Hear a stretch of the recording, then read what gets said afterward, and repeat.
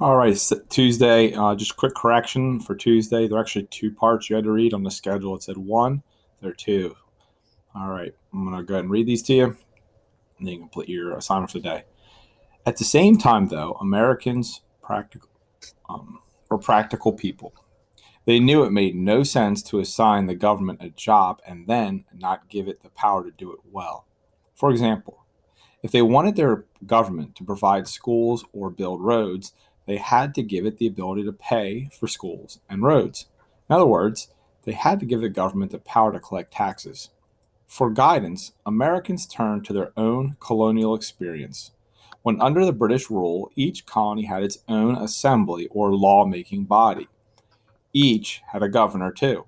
But while the assemblies were elected by the colonists, most governors were appointed by the king, so the colonists didn't always trust the governor.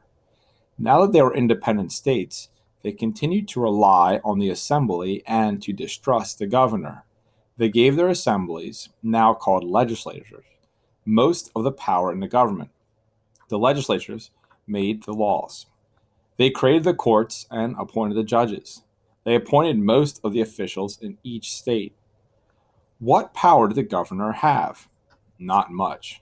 In most states, he couldn't even veto or disapprove laws passed by the legislature. Mostly, the governor was a figurehead, which means he had a title but not much power. The governor and representatives in the assemblies only had 1-year terms, which means they had to get reelected after a year.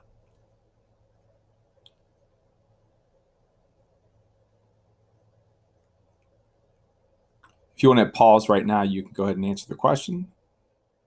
I'm going to move on to the next one. None of these state constitutions use the word democracy. That's because they didn't really create a completely democratic form of government. In a true democracy, the people govern directly.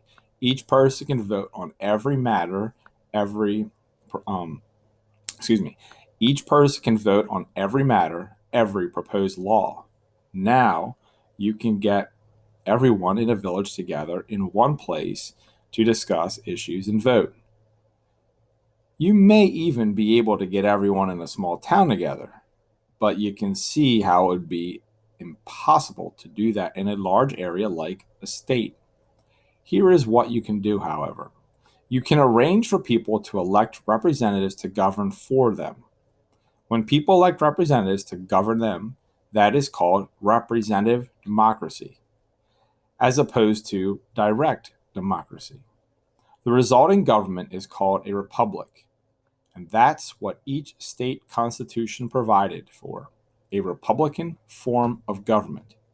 That is our nation's form of government, too.